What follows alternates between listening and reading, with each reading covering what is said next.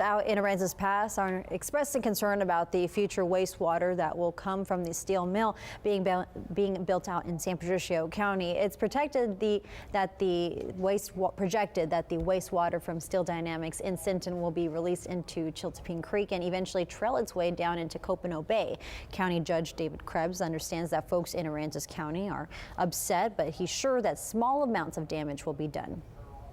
The water that they're releasing is going to be almost purified water because they're doing a new standard under the Water Act to where it's new technology and there's going to be hardly any pollutants in that water at all.